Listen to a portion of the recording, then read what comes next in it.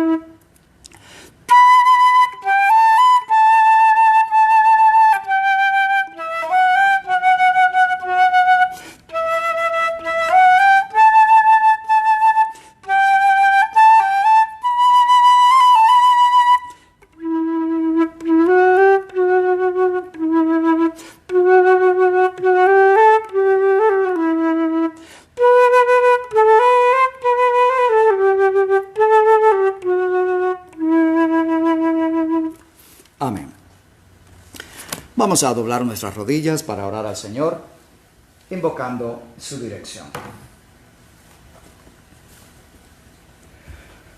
Eterno y soberano Dios de los cielos, venimos ante ti, postrados de rodillas, para darte gloria, para darte alabanza, porque tú eres el Dios supremo del universo y porque nosotros, como tus criaturas, reconocemos tu autoridad y tu supremacía sobre nosotros. En esta hora suplicamos tu bendición y dirección para este servicio, de modo que este tema pueda ser perfectamente entendido y esclarecido ante las mentes de todos aquellos que puedan tener confusión o que no esté claro, y refrescar la mente de aquellos quienes ya lo conocen. Bendice, Señor, este estudio, dirige a tu pueblo, bendice a tu iglesia, guarda a tu pueblo en esta hora de amenazas y de acechos, de enfermedades y de otros males. Protege a tu pueblo con tu diestra de justicia y una vez más bendice este estudio, dirígenos en él, te lo pedimos en Cristo Jesús. Amén. Sean todos bienvenidos a nuestra continuación del estudio de la epístola a los romanos. Ayer quedamos en el capítulo 3, versículo 31, y dijimos que íbamos a aclarar esta noche por qué el apóstol enfatiza que por la fe no invalidamos la ley, sino que al contrario confirmamos la ley.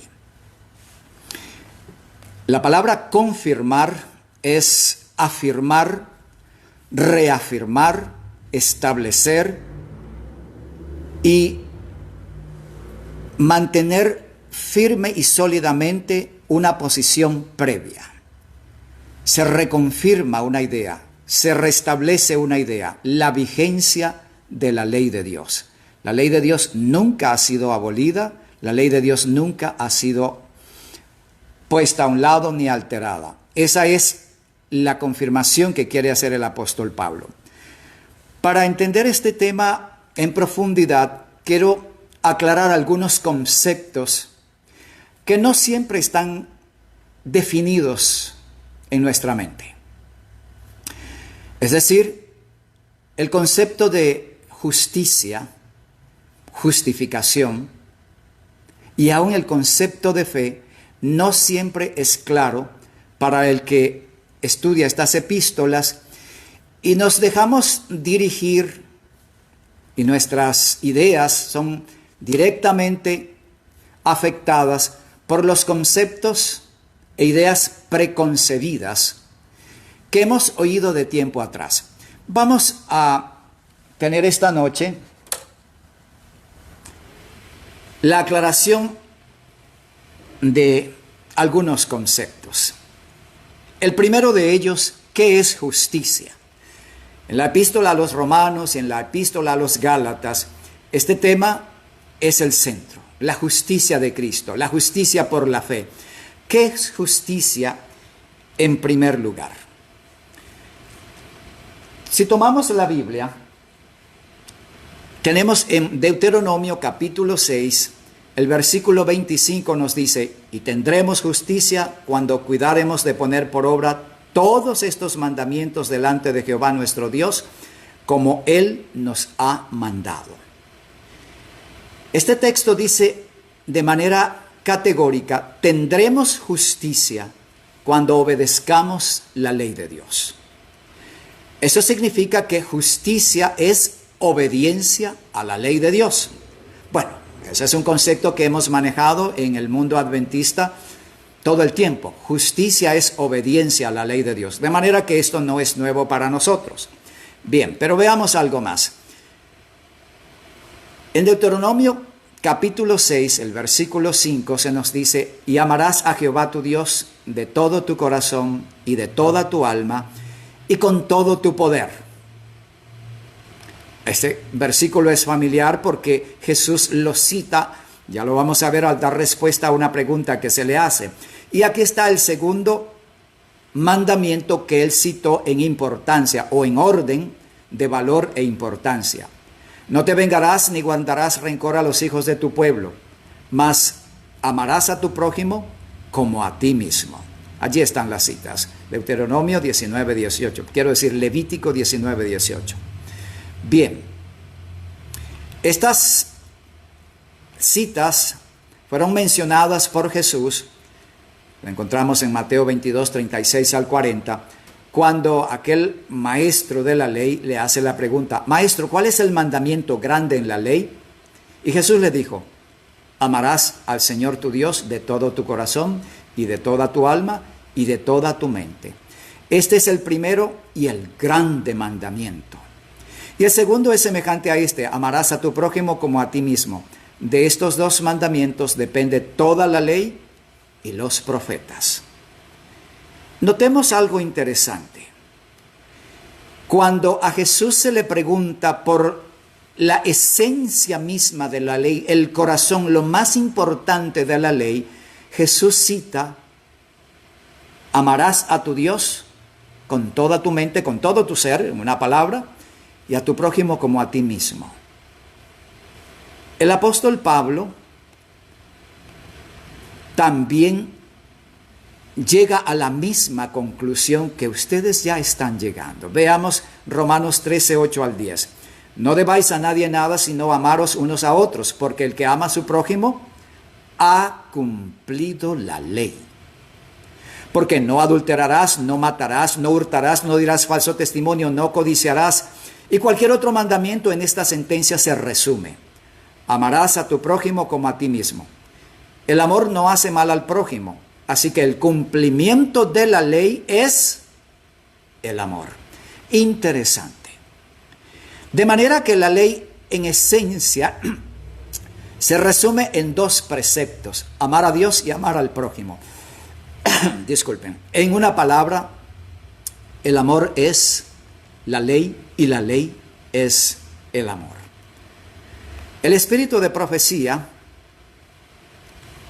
nos concluye con estas palabras: la justicia es santidad, semejanza a Dios, y Dios es amor. Es conformidad a la ley de Dios, porque todos tus mandamientos son justicia, y el amor pues es el cumplimiento de la ley. La justicia es amor, y el amor es la luz y la vida de Dios. La justicia de Dios se incorpora en Cristo. Al recibirle a Él, recibimos la justicia. ¡Wow! Esto sí puede ser novedoso para algunos. La justicia es obediencia a la ley, pero la ley es amor. Así que la justicia, al obedecer la ley, no es otra cosa que vivir el amor, darle cumplimiento, hacer material el amor, llevar el amor a la práctica. Justicia es semejanza con Dios, pero Dios es amor, de manera que justicia es amor. Es lo que en efecto nos plantea lo que estamos viendo. La conclusión a la que llegamos al haber analizado estos puntos es: justicia es santidad, semejanza a Dios, Dios es amor. Justicia es conformidad a la ley de Dios y el cumplimiento de la ley es el amor. En consecuencia, la justicia es el amor materializado en acciones prácticas. La justicia es amor. Qué concepto tan profundo y significativo. Porque justicia no es llevar una actitud recta ante los demás. Es el concepto fariseo. Mientras te conduzcas intachablemente a la vista de los hombres, eres justo. Pero lo que hemos estudiado aquí nos lleva más lejos, más profundo. Justicia es amor. Y amor no es solo decir yo amo. El amor es algo que se materializa, se concreta, se lleva a la práctica, se pone en evidencia a través de un ejercicio del amor. El ejercicio del amor es obvio, es conocido, es hacer bien sin esperar nada a cambio. Así que, en base a lo que nos dice el espíritu de profecía, Cristo es la encarnación del amor. Obviamente, esto viene de la palabra de Dios, de la Biblia. Y Cristo es la encarnación de la justicia. Así que en Cristo se encierra la justicia. Si tienes a Cristo en tu corazón, ¿qué tienes? Tienes el amor. Si tienes a Cristo en tu corazón, tienes la justicia perfecta. Esto cambia el panorama al entender lo que el apóstol está diciendo. Bien, ¿qué es justificación? Otro concepto interesante. Ya tenemos aquí de inmediato la declaración de fe y obra 107. El perdón y la justificación son una y la misma cosa. ¡Wow! Justificación es perdón, perdón es justificación, porque son una y la misma cosa. Esto nos va llevando hacia un panorama muy diferente al que han tomado los que siguen la línea de la reforma del siglo XVI. Lutero, Calvino y los otros reformadores hicieron una gran obra, pero ellos no tuvieron toda la luz. El pueblo de Dios hoy día goza del privilegio de haber dado pasos más allá de lo que ellos alcanzaron. Y ahora estamos viendo que la justificación es el perdón y el perdón es la justificación. Pero veamos en el mismo libro y la misma página, cuando el pecador penitente, contrito delante de Dios, comprende el sacrificio de Cristo en su favor y acepta este sacrificio como su única esperanza en esta vida y en la vida futura, sus pecados son perdonados. Esto es justificación por la fe. Cuando tú vienes a Cristo y vacías tu alma a los pies de Jesucristo, derramas tu mente, tu corazón, todo tu ser delante de Jesús y no dejas nada para ti, te vacías por completo, pones a los pies de Jesús todo tu pasado, por negro que sea, por vil, corrupto que haya sido, lo vacías a sus pies y pones delante de Jesús tus temores, tus inquietudes, tus dudas, todos tus ídolos, todas tus frustraciones. En una palabra, simplemente te vacías por completo. Y allí te rindes a los pies de Jesús. Jesús dice, confía, hijo, tus pecados te son perdonados. En ese momento, eres libre de culpa. En ese momento has sido limpiado por la sangre de la cruz del Calvario. Eres libre porque Jesús te ha perdonado. Y lo que nos plantea la palabra de Dios es, eso es realmente justificación por la fe. Justificación por la fe es entonces el perdón de los pecados. Y el perdón de los pecados es la justificación. Es lo que nos señala claramente el texto que acabamos de ver. Esto es justificación por la fe. Pero hay algo más. La justificación es un perdón pleno y completo del pecado. No es un perdón a medias. No es un perdón que deja una parte en duda, que no es suficiente. El texto nos dice categóricamente, la justificación es un perdón pleno y completo del pecado.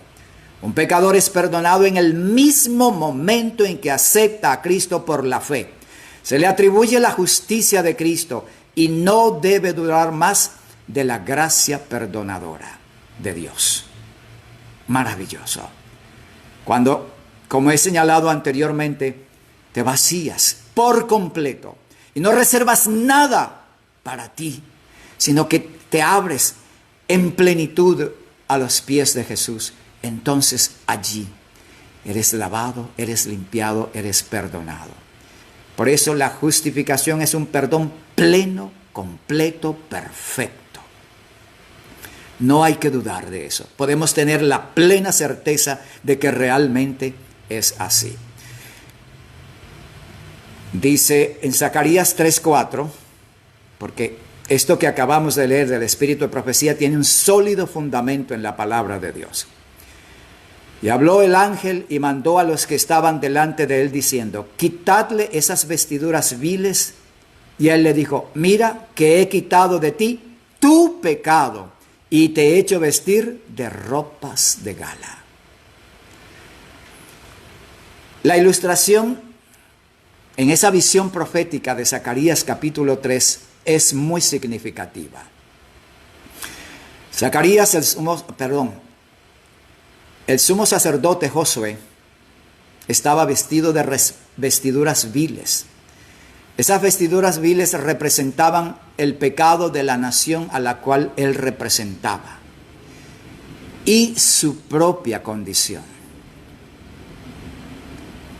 Él representaba a una nación y a su vez está él como individuo delante del ángel de Jehová, que es Cristo. Y el ángel de Jehová, Cristo, le dice, bueno, a los que están allí, otros ángeles, quítenle esas vestiduras viles. Y luego señala, mira que he quitado de ti tu pecado, te he perdonado. He quitado tu pecado de ti, he quitado tu culpa, te he lavado, te he limpiado. Has sido limpiado y has sido vestido de vestiduras de gala, ropas de justicia, ropas limpias, puras, blancas como la nieve. Tenemos en Efesios 4:24, y vestíos del nuevo hombre, creado según Dios en la justicia y santidad de la verdad. En estas palabras el apóstol plantea ese cambio de hombre vil, corrupto, perverso, que ha venido a Jesús y al ser lavado, al ser limpiado, es justificado. Al ser perdonado, he quitado de ti tu pecado, es justificado. Y en ese acto de justificación, Jesús le regala vestiduras blancas. Eso significa que Cristo pone su justicia ahora como regalo para el hombre. Ayer hablamos que el hombre viene en su condición corrupta, vil, sin ningún mérito, sin haber guardado ningún mandamiento. Él viene como transgresor de la ley, no como guardador de la ley. Él viene como culpable, no como justo. Él viene como condenado, no como salvo. Él viene en búsqueda de solución. Ese puede ser tu caso. Pero a los pies de Jesús, al abrir tu alma, al derramar todo tu ser a los pies de Jesús, Jesús te dice, mira que he quitado de ti tu pecado, eres perdonado. Ahora Jesús te regala su propia justicia, que no es otra cosa que poner su vida perfecta en lugar tuyo. Es decir, esa etapa, ese tiempo de vida que pasaste en pecado, en transgresión, en perversión, en corrupción, Cristo la ha eliminado, ha quitado ese tiempo, ha quitado de ti tu pecado y en su lugar coloca su vida de perfecta justicia. Ese es el vestido que se te regala. Bien, pero no quiero ir más lejos sobre este tema porque es ahondar sobre lo que es la justificación por la fe en toda su amplitud. Ese va a ser tema de nuestro estudio en toda esta epístola. Continuemos con el perdón de los pecados. Porque recordemos, el perdón y la justificación son una y la misma cosa. Y cuando el pecador arrepentido y contrito es perdonado, es vestido de justicia. Eso es justificación por la fe. Un perdón completo y perfecto. Ahora, tenemos que entender ahora hasta dónde llega el perdón que Dios le regala al hombre.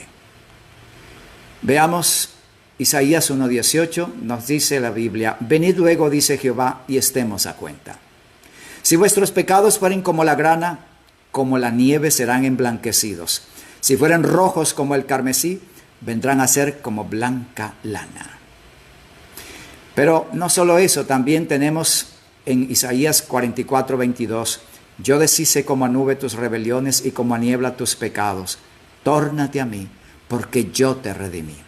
En la palabra de Dios encontramos la certeza de un limpiamiento, de un emblanquecimiento, de una purificación completa y total. Interesante, porque ahora vean discurso maestro de Jesucristo. El perdón de Dios no es solamente un acto judicial por el cual libra de la condenación. Prestemos cuidadosa atención a esta declaración. El perdón de Dios no es solamente un acto judicial por el cual te dice, estás perdonado. No es solo eso. No es solo el perdón por el pecado, es también una redención del pecado. Es la efusión del amor redentor que transforma el corazón. ¡Wow! Así que el perdón de Dios no es solamente decir, confía, hijo, tus pecados te son perdonados. El perdón de Dios tiene un alcance mucho más abarcante de lo que normalmente captamos con la idea del perdón. Significa una redención del pecado. Y la palabra redención viene de redimir, es liberar, salvar, hacer libre. Así que el perdón de Cristo te libra del pecado, te redime del pecado, te salva del pecado. Eso es en realidad. Ahora entendemos por qué es tan importante. ¿Por qué Jesús dijo, si el Hijo os libertare, seréis verdaderamente libres? Porque cuando Jesús nos perdona, nos hace libres. Nos hace libres del pecado. Porque la raíz del pecado es el egoísmo humano. Y cuando Jesús me hace libre, me libera también del yugo de mi propio ego, de la esclavitud de mis propias pasiones, de la esclavitud y la opresión de Satanás, utilizando mi propio ego para mantenerme atado, sujeto a sus caprichos. Cuando Cristo te hace libre, te libera en realidad y en verdad de Satanás, del pecado y de ti mismo, de tus pasiones, de tus odios, de tus envidias, de tus celos, de tus amarguras, de tus problemas, de tus ídolos. Jesús realmente te libra. Ese es el alcance del perdón. Esa es también la obra de la justificación. Porque si el perdón y la justificación son una y la misma cosa, entonces la justificación es liberación. Entendámoslo. No es solamente que Dios en el cielo me dice, estás perdonado. Es que me libera, me limpia, rompe mis cadenas, me redime del pecado.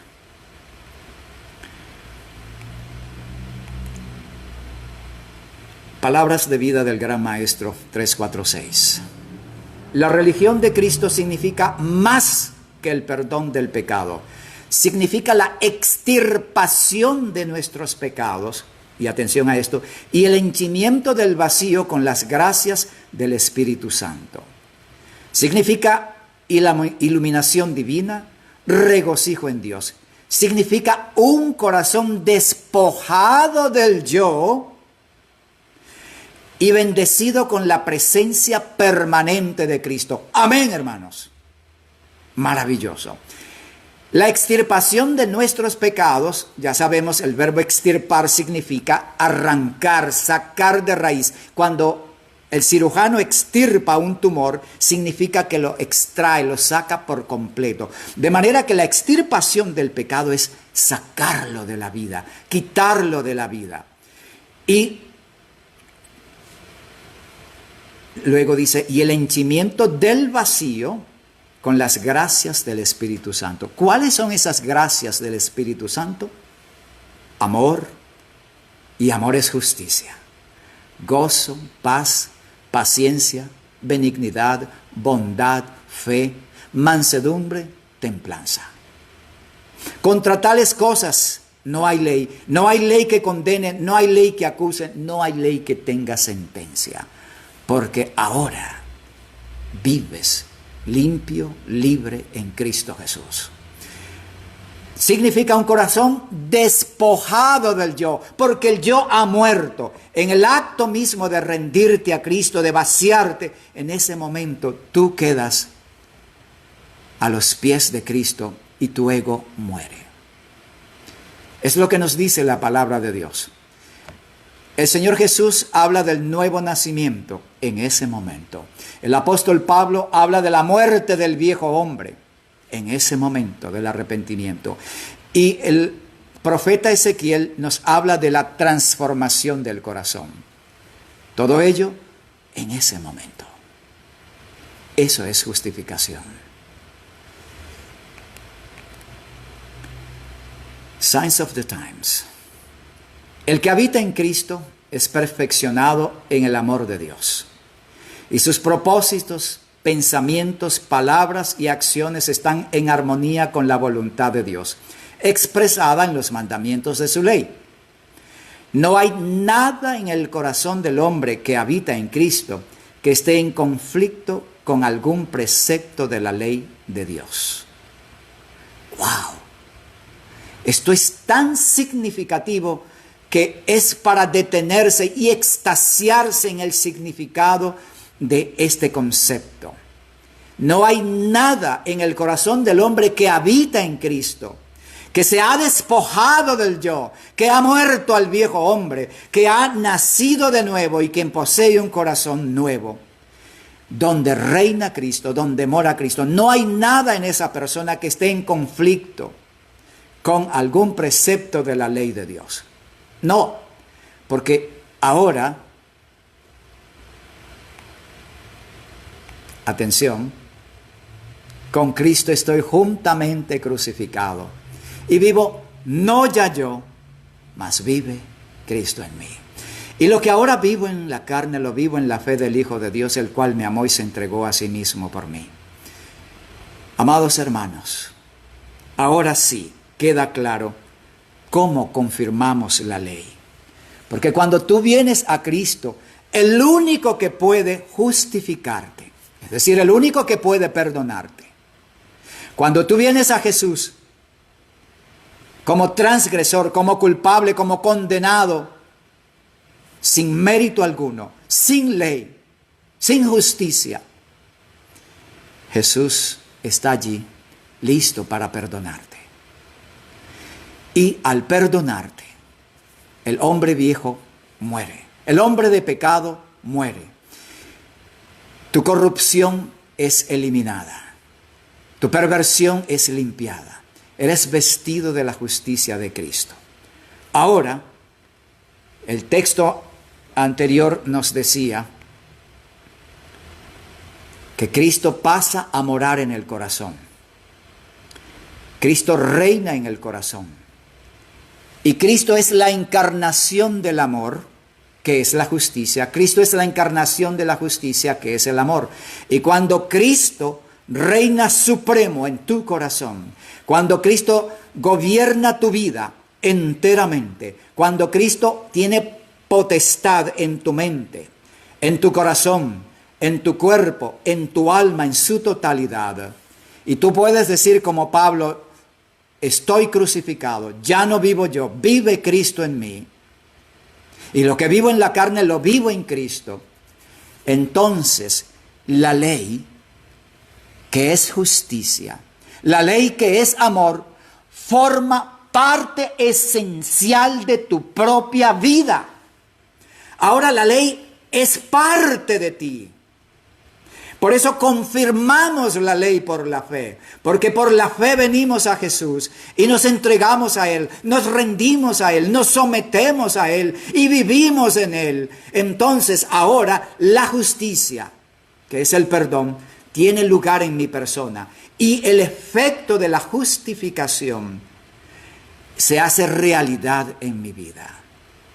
La justicia, que es el amor, reina en mí. La justicia, que es la vivencia a la ley de Dios, la vivencia del amor, que es semejanza con Dios, identidad con Dios, es una realidad en mi vida. Ahora confirmo la ley, no para exhibirla, miren lo que yo soy o lo que yo hago o lo santo que soy. No, es algo que forma parte esencial de ti y se va a traducir en palabras de amor y justicia, en actos de amor y justicia, en una vida y un carácter como el carácter de Jesús. Porque ya no eres tú, ahora es Cristo quien gobierna tus pensamientos. Ya no eres tú, ahora es Cristo el que habla a través de ti. Ya no eres tú, ahora es Cristo el que obra a través de tu persona. Ya no eres tú, ahora es Cristo el que se presenta. Y tú estás escondido con Cristo en Dios. Cristo va delante, tú vas detrás. Tú estás a la sombra de Jesús. Tu yo ha desaparecido. Solo Cristo reina ahora. Amados hermanos, si no lo has hecho, si no lo han hecho. Es el momento de vivir esa experiencia.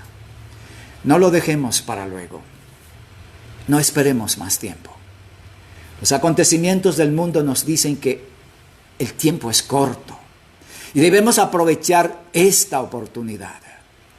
Hoy Dios nos está hablando a través de su palabra para decirnos: es hora de que sientas en tu vida, experimentes en tu vida la muerte al viejo hombre, para que Cristo tome la plenitud de tu vida y sea Él y solo Él que gobierne cada aspecto de tu existencia. Que el Señor nos bendiga para que así sea en nosotros. Ahora, luego por la fe invalidamos la ley. Jamás. Es imposible que así sea. Es imposible invalidar la ley por la fe.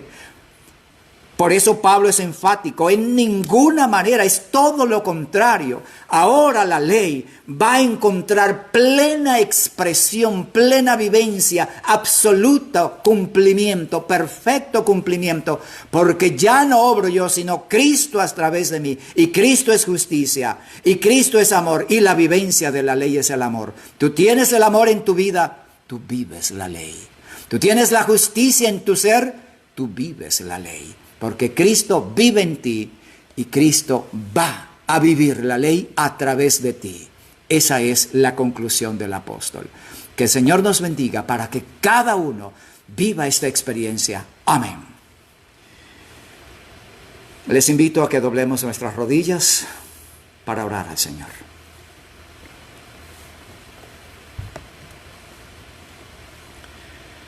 Eterno Dios de los cielos, venimos ante ti, Señor, en esta hora para darte gracias por esclarecernos de manera tan plena el significado de la ley, el significado de la justicia, el significado del amor, el significado de la justificación. Gracias, Señor, porque nos haces claro que en ti, Jesús, tenemos no solamente perdón, tenemos justificación, transformación, redención, y ello para pasar a ser instrumentos a través de los cuales tú haces vivo el cumplimiento de la ley y manifiestas en forma perfecta lo que es el amor hacia ti, oh Dios, y hacia el prójimo. Bendícenos, Señor, de manera que esta sea la experiencia de cada uno, y llénanos de tu Espíritu para siempre, lo pedimos en Cristo Jesús. Amén. Bien, amados hermanos, de esta manera llegamos a la conclusión de nuestro tema de esta noche. Y mañana, Dios mediante, a la misma hora continuamos con el capítulo 4 de la epístola a los Romanos. Que el Señor os bendiga ricamente. Amén.